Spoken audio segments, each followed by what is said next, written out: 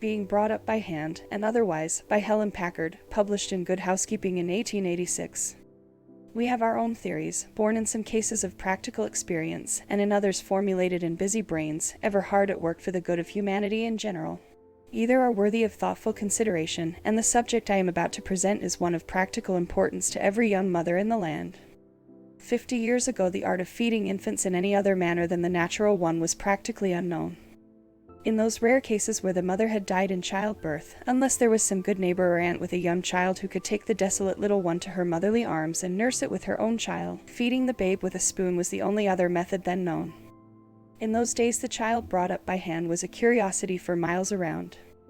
But the world moves, and the demand will always cause a supply, hence the nursing bottle sprang into existence, the merciful patent of some genius who had an ambition to benefit his fellow men, or rather women.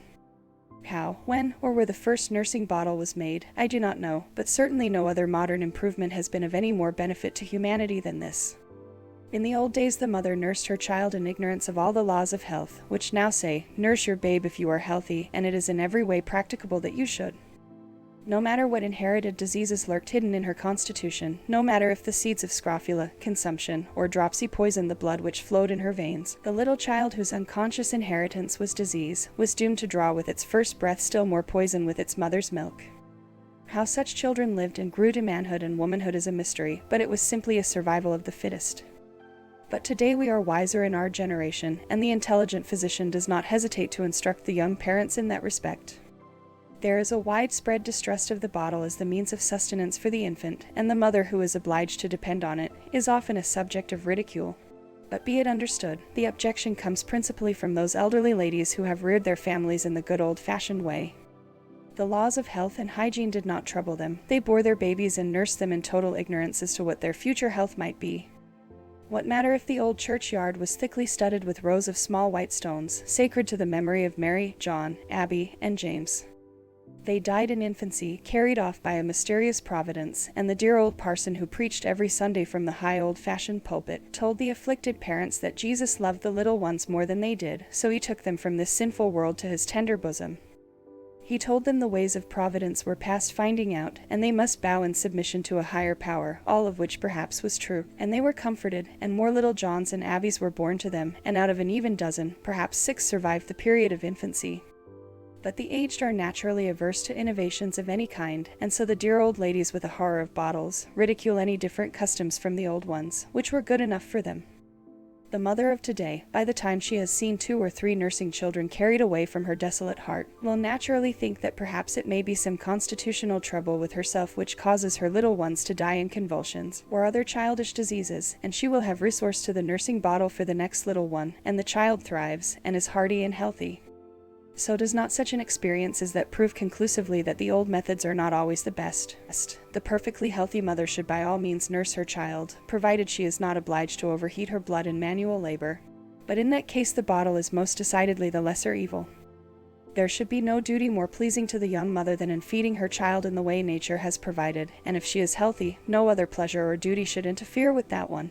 But no mother who is delicate or consumptive, or who inherits any disease, nervous or otherwise, should ever attempt to nurse her children. If possible, secure the milk from a young and healthy cow.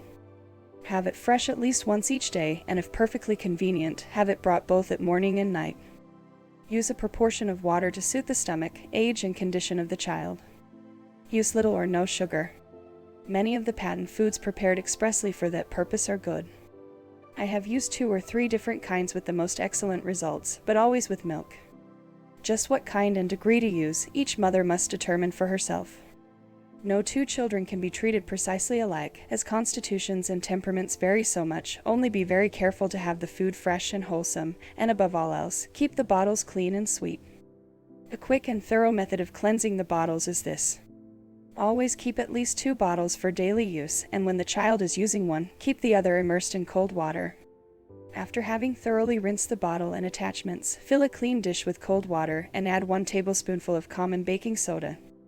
Put the bottles and all the attachments in the water, set on the stove, and let it slowly come to a boiling heat. Remove and rinse well in clear, warm water. Do this at least every morning, and oftener if the weather is very hot. If care is taken in washing the bottles and rubber after the child is done feeding, and the above method pursued every day, the whole will be absolutely sweet, and no brushes, shot, or paper wads ever need be used. If we must use bottles, let us at least use every precaution and care in keeping them clean.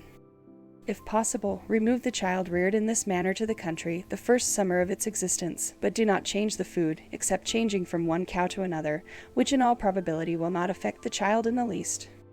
Condensed milk is preferred by some on account of its uniformity, and if it is difficult to procure good cow's milk, use it by all means in preference to slops. Use the brains with which you have been endowed in the care of your child, and remember that in its infancy you are laying the foundation for its future, and the first requisite for that future is a strong constitution and good bodily health. Let us look to quality rather than quantity in our families, and if modern inventions are improvements over old methods, let us use them understandingly and profit by the enlightened age in which we live.